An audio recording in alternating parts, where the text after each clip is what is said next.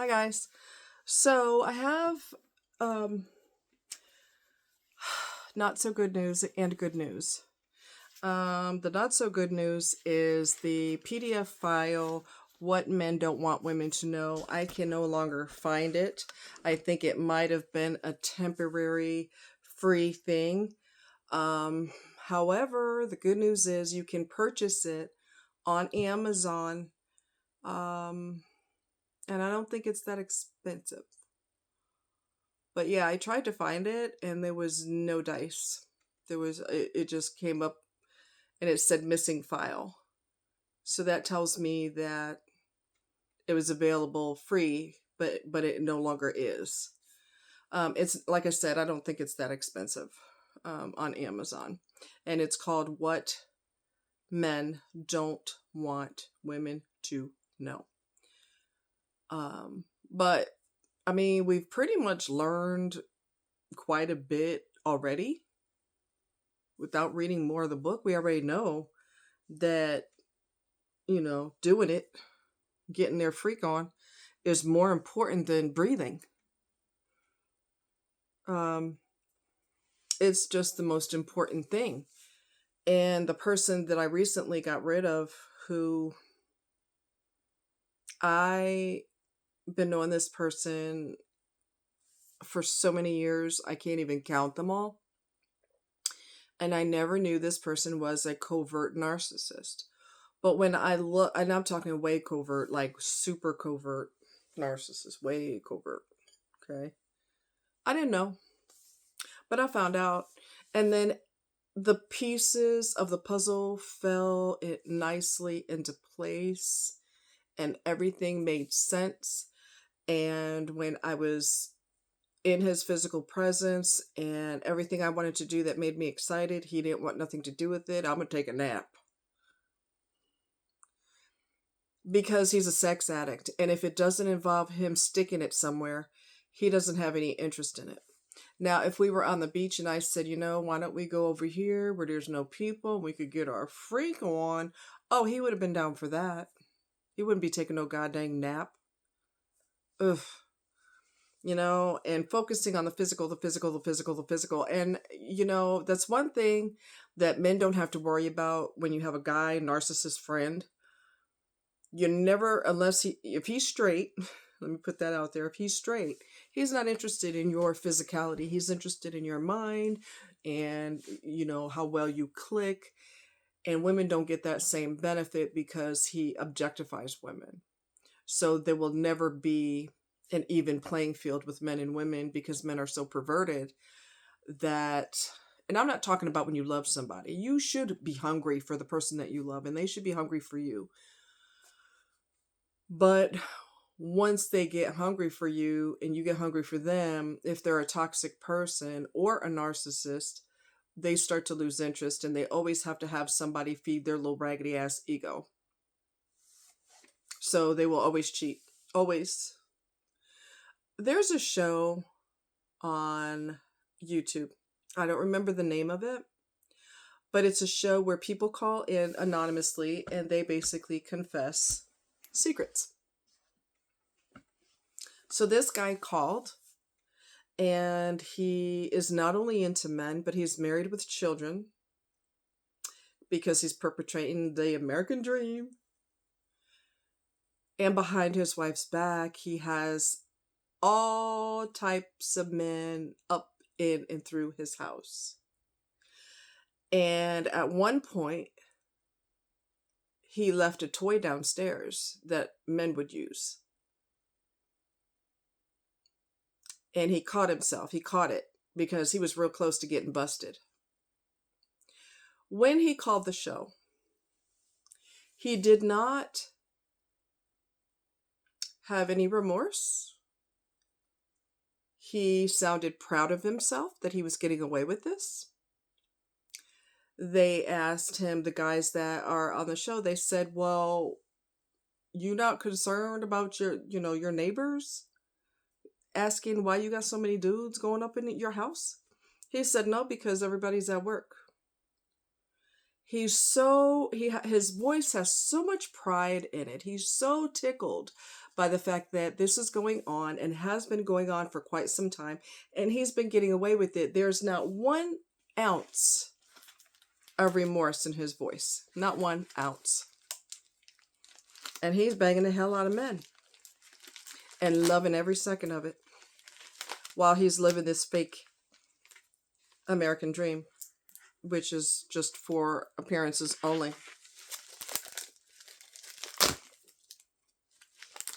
So, I mean, he almost sounds arrogant. The thing about the show, people like to confide in the guys because the guys are not going to judge them. They don't ever say, they're not condemning. They're just very, oh, okay, well, how do you feel about that? And what caused you to do that? And they're very neutral.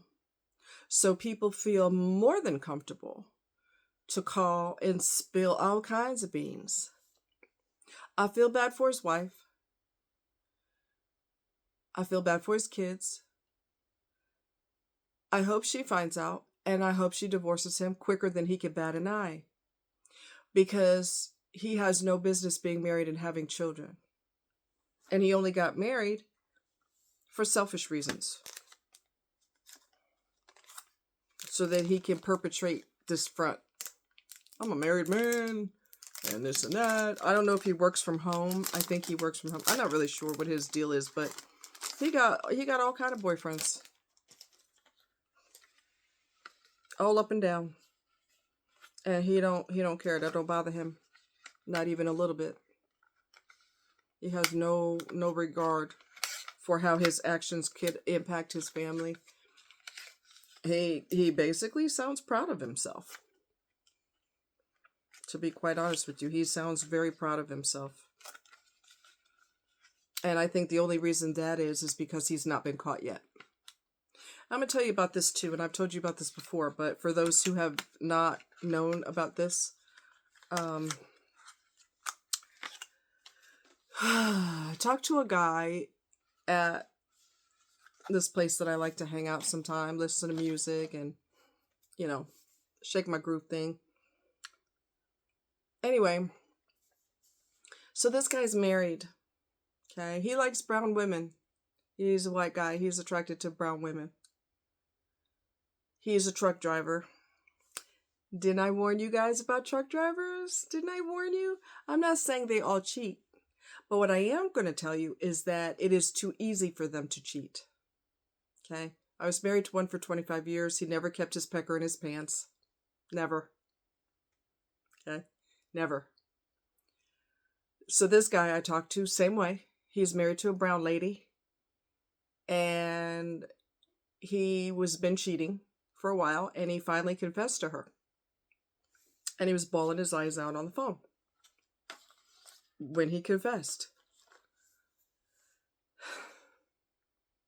She forgave him. They're going to keep their marriage and their family intact. But since she forgave him, he has no desire to ever stop. And he was sitting on me too, because she gave him the green light. Ladies, if you forgive your partner, you give them permission to continue. You give them permission to continue. When our conversation was done for the night, I kind of surprised myself.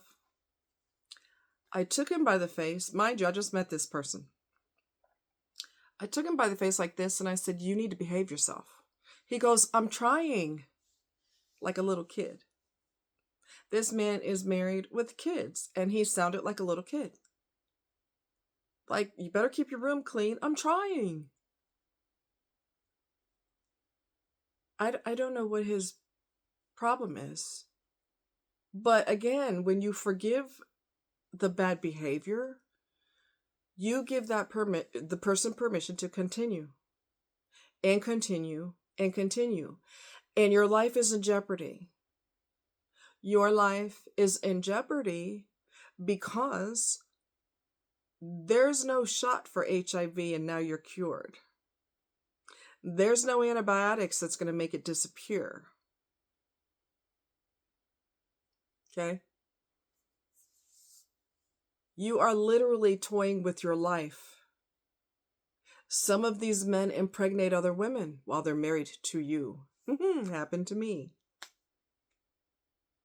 So this proof that he's not using protection, putting your life in jeopardy, in danger.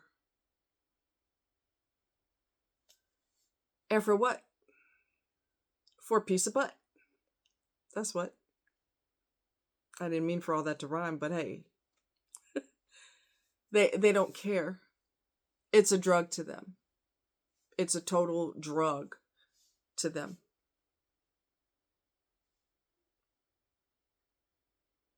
You got real problems when you're willing to lose everything for a piece of ass. Really? You want to lose everything important to you over a romp in the hay. I know someone who is also a narcissist. He was married. His wife ended herself when they were no longer together because he mind bent her for 20 plus years. He mind bent her. He just her brain. What they do, what narcissists and toxic people do, is they try to force you, not force, but they coerce you into being who you aren't. I want you to be like this. In his case, I want you to enjoy naked campsites because I like showing my wing to everybody, men and women both, because I'm a trisexual. I try anything. So I want you to enjoy that. I want you to, he enticed her into threesomes with him and his boyfriend and her. And they basically shape and mold you. Okay. So let's just say this is just blah, right? Well, I'm going to shape it and mold it and form it. I'm going to make a flower here, okay? I'm going to shape you and mold you into something that I want you to be.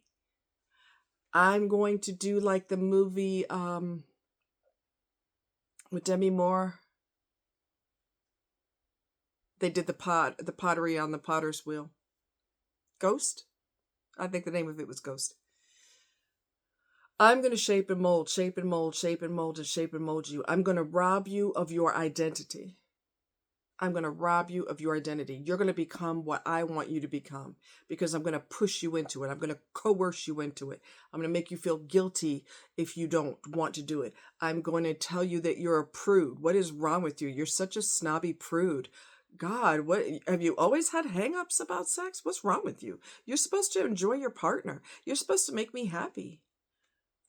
Coercion. That's what that is. That's called coercion.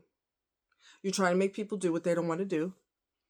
The thing of it is, even if they are successful in molding and shaping you into what they want you to be, they're going to discard you eventually anyway because they have a small attention span. Now that I've formed you into everything that I want you to be, now that I got you to do everything I've always wanted you to do, and I will guilt you into it if you don't want to, now I'm going to dismiss you because I see somebody else that is newer, fresher, maybe younger, whatever the case is. Toodles. And then you wonder why that person has a complete meltdown. A complete meltdown. I mold you into what I want you to be, and then I'm still not happy. Here's another thing, and I thought about this today.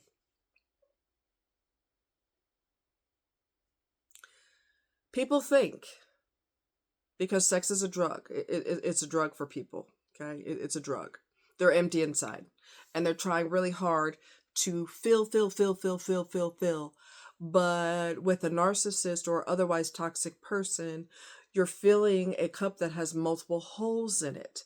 So no matter how much they stuff it with tits and tail, they are still not happy. No matter how many houses they get, no matter how many cars they get, no matter how many jobs they get or promotions on the job, how many partners they get, how much money they have, how many vacations around the world they get to take, whatever the story may be, if they are miserable within themselves, they will always be miserable.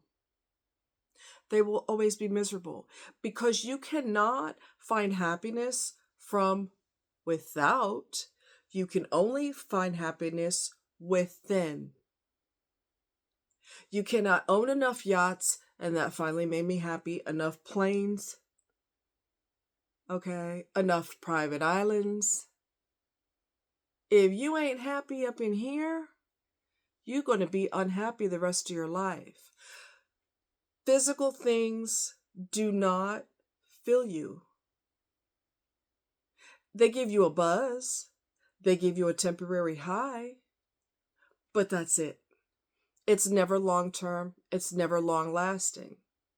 So because of the wickedness and the evil that toxic people do and have no qualms about it, I might add, I take solace in knowing that they will never, ever, ever be truly happy. That is their punishment. So it doesn't matter what they have. Rich people eliminate themselves all the time. That's proof that no matter what you have, if you're not happy in here and in here, you're going to die an unhappy person, no matter what you have. There was a lady who, I can't remember her name. She was a model. She's got a long resume of accomplishments. Everything she touched literally turned to gold. She was drop dead gorgeous. She lived in New York. Everything she touched turned to gold. Everything. She's just one of those lucky, blessed women that, boom, successful with everything. She ended up jumping off of the balcony of her apartment in New York and ending herself. Again, more proof that no matter what you have externally, it doesn't fill you internally. You could literally, if you're obsessed with sex, you could bang every person alive on the planet if that were ever possible, and you're still going to be empty.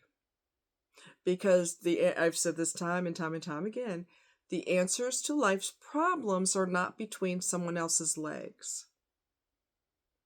So it does not matter how many people you bang, toss upside down, you press a button, the wall opens up, all these freaky gadgets come out. It don't matter what the hell you do, you're still going to be miserable because you're trying to go outside of yourself, externally, to fill the whole inside, and that doesn't work. It never works, but they're gerbils on a wheel, and they keep running harder and faster and harder and faster and round and around and around and around, and they're going nowhere. So, again,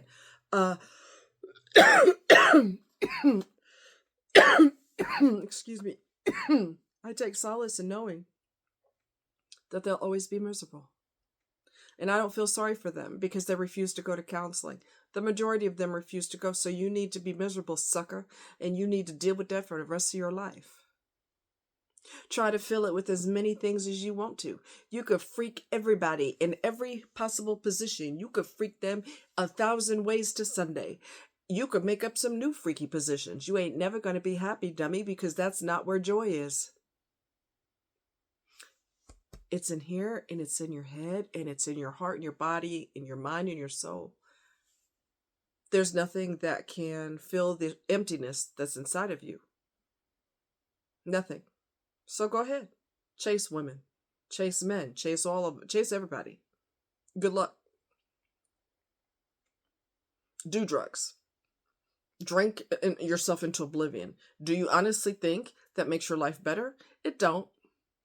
Again, because you have to solve it within. External doesn't fix anything. It doesn't fix squat.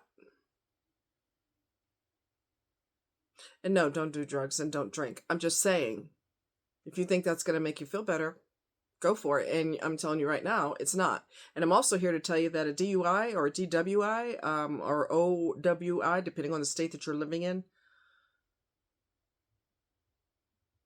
the amount of money that states make when you drink and drive, oh baby, oh baby, oh, oh, we're talking 10,000 plus dollars per person, with everything, all the fees and the court fees and the lawyer fees, and you have to pay for this and you have to pay for that, and I don't know if you have to pay for the classes, but you pay a lot of money, a tremendously large amount of money, when you are caught drinking and driving. So you're not going to solve anything. You're just going to create more problems, and you're going to empty your wallet at the same time.